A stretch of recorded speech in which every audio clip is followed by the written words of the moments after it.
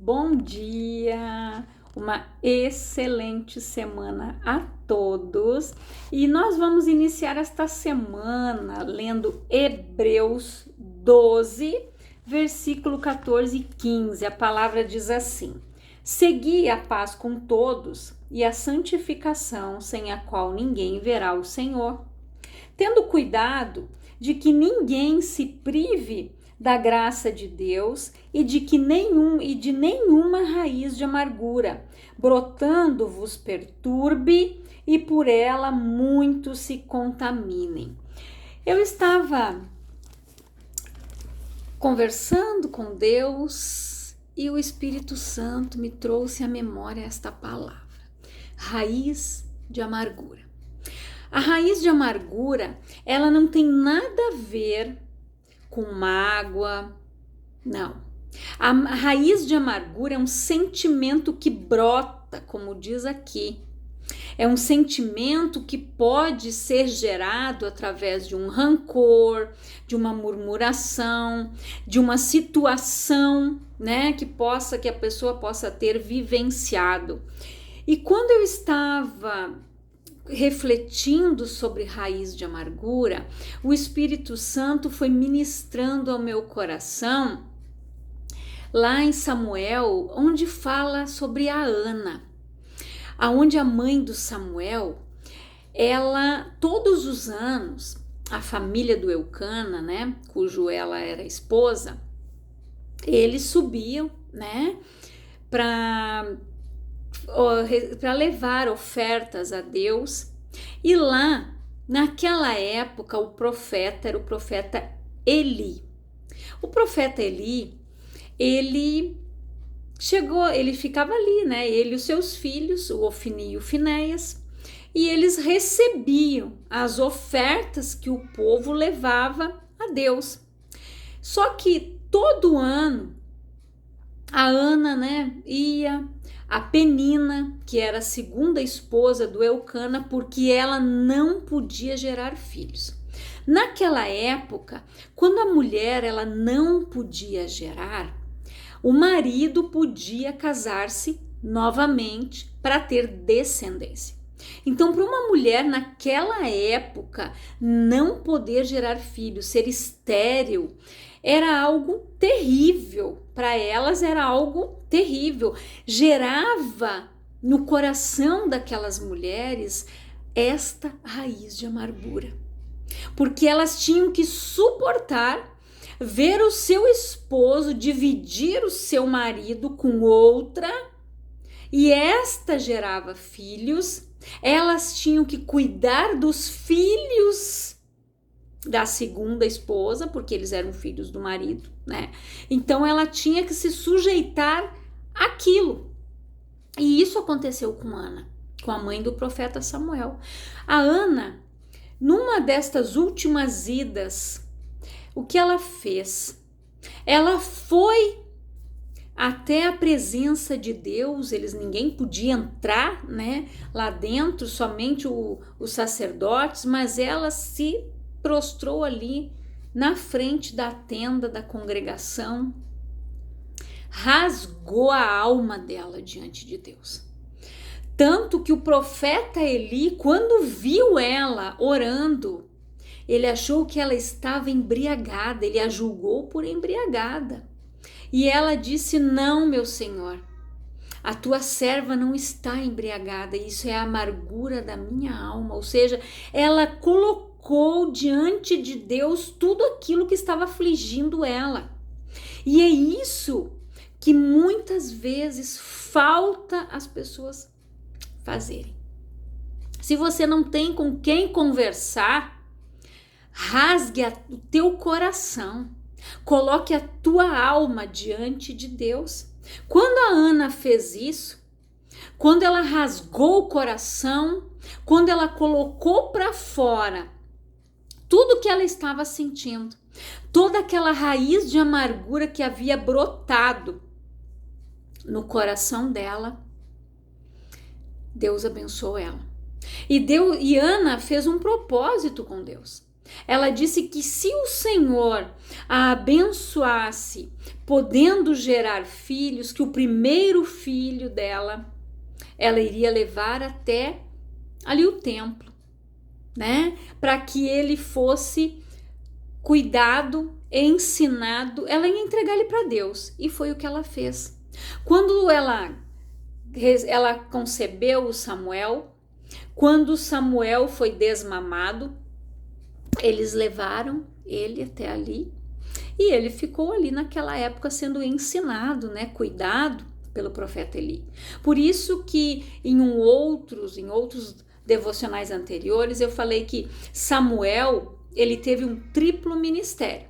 Ele foi o único que foi sacerdote, profeta e juiz. Por quê?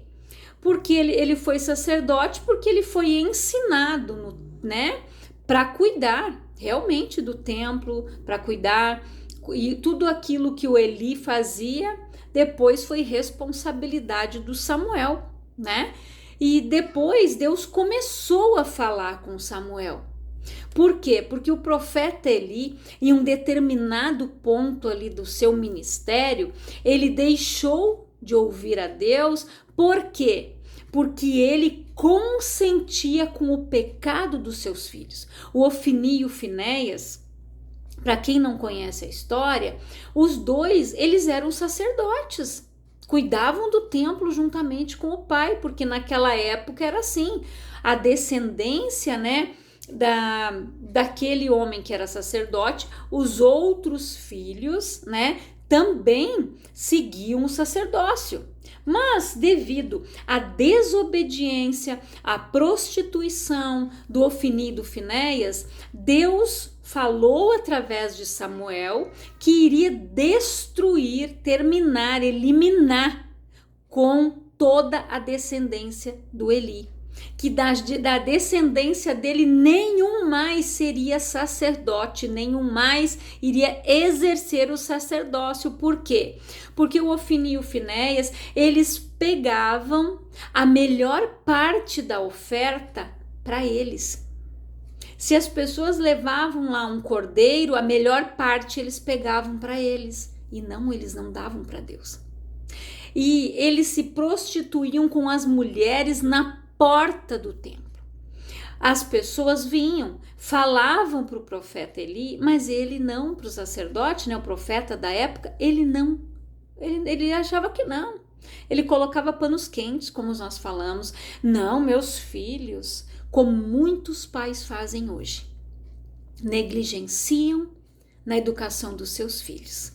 Fecham os olhos, quando a professora chama na escola para falar, não, meu filho, não.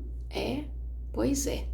Só que não se esqueça que assim como Eli pagou um preço, nós também vamos sofrer as consequências se nós não educarmos, se nós não ensinarmos, se nós não corrigirmos os nossos filhos, nós estamos compactuando com os seus erros, com os seus pecados. E você já pensou que ser humano que vai ser criado ali? Como vai ser o proceder dele na sua adolescência? Se na sua infância o pai e a mãe passam a mão na cabecinha, não porque o fulaninho, a fulaninha, não. Pois é.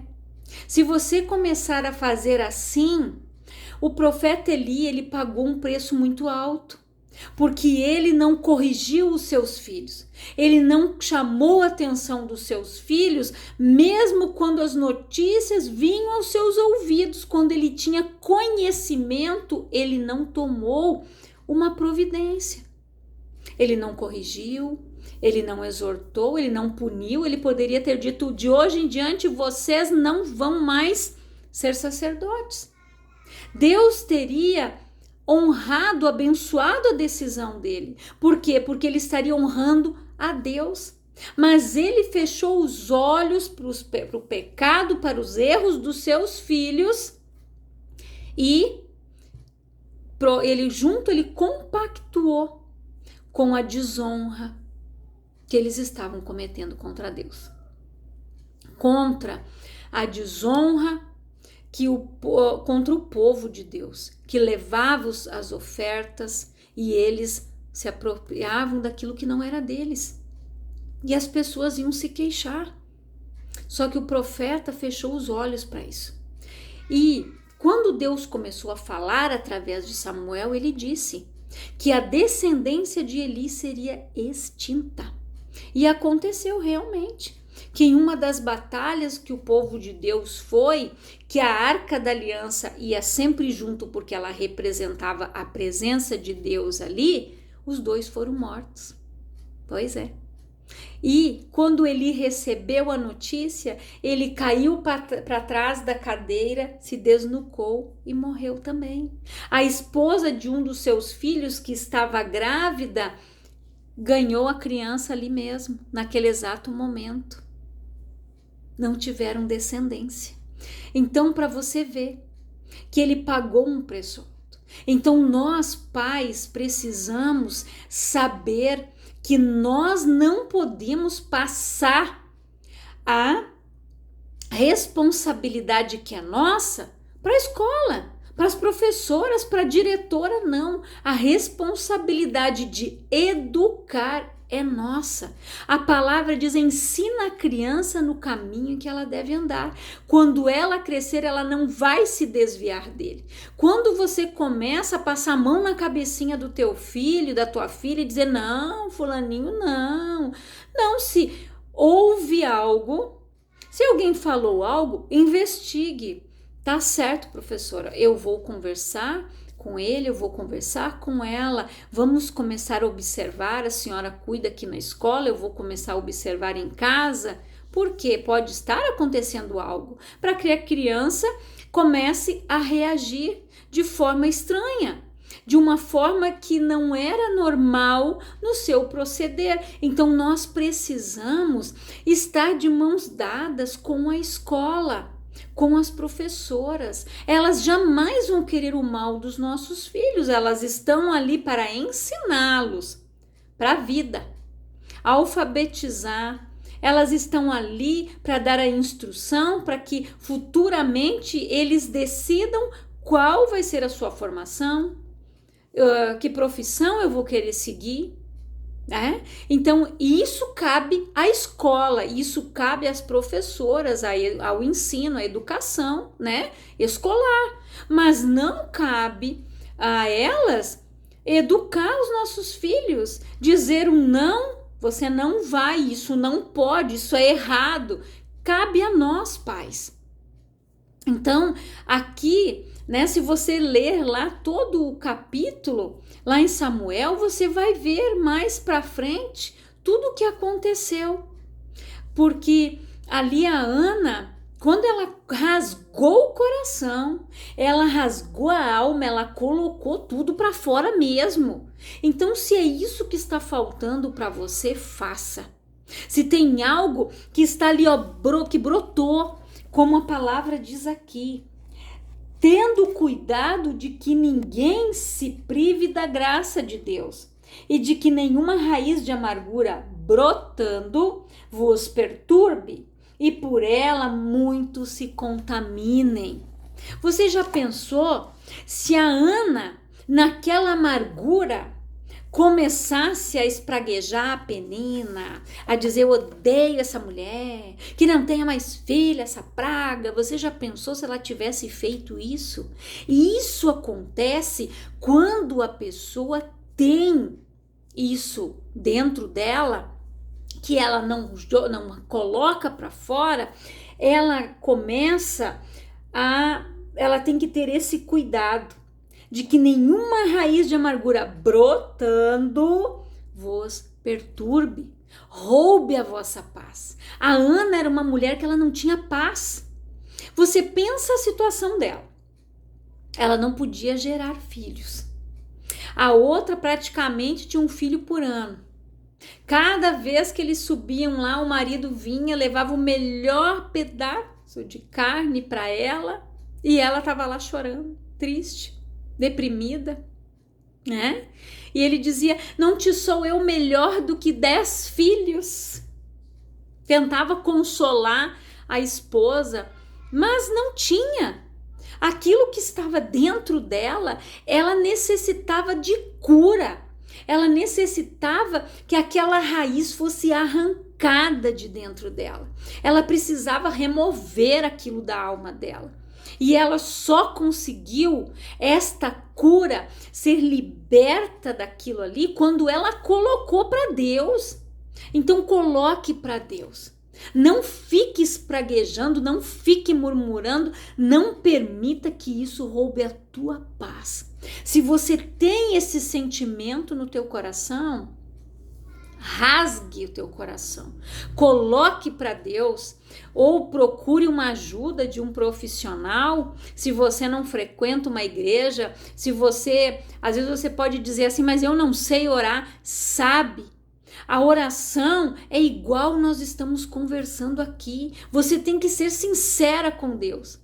Rasgar o teu coração e dizer, Senhor, eu tenho ódio aqui, eu odeio isso, eu não quero mais sentir isso, tira isso de mim. É isso que você tem que fazer. Senhor, eu tenho inveja da fulana, eu tenho inveja do ciclano por causa disso, disso e disso. Você precisa colocar isso para fora. Você precisa colocar isso diante de Deus. A Ana recebeu a cura, ela recebeu a bênção porque ela colocou tudo para fora. Imagina a situação, imagine a cena, ela estava ali ajoelhada no chão, falando com Deus, o profeta achou que ela estava embriagada, gente, você já pensou? E ela disse, não tenha tua serva por estar, como esse dia, dada muito ao vinho, não, porque eu não bebi vinho, nem bebida forte.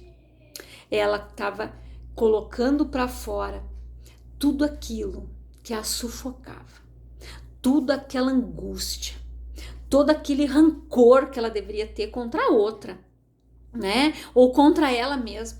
Ela deve ter pensado assim, a minha mãe teve filhos, por que eu não tenho? Por que eu não posso ter? Ela deve ter, imagina quantas coisas passavam na mente daquela mulher. Por mais que o marido a amasse, cuidava dela, mas não era a mesma coisa. Naquela época, elas eram discriminadas. Você já pensou quantos traumas eram gerados nessas mulheres? A Ana ainda teve a sorte de que ela tinha um marido que a amava, cuidava dela, zelava por ela. Mas e quantos outros simplesmente desprezavam as esposas naquela época? Você nem para ter filho você presta.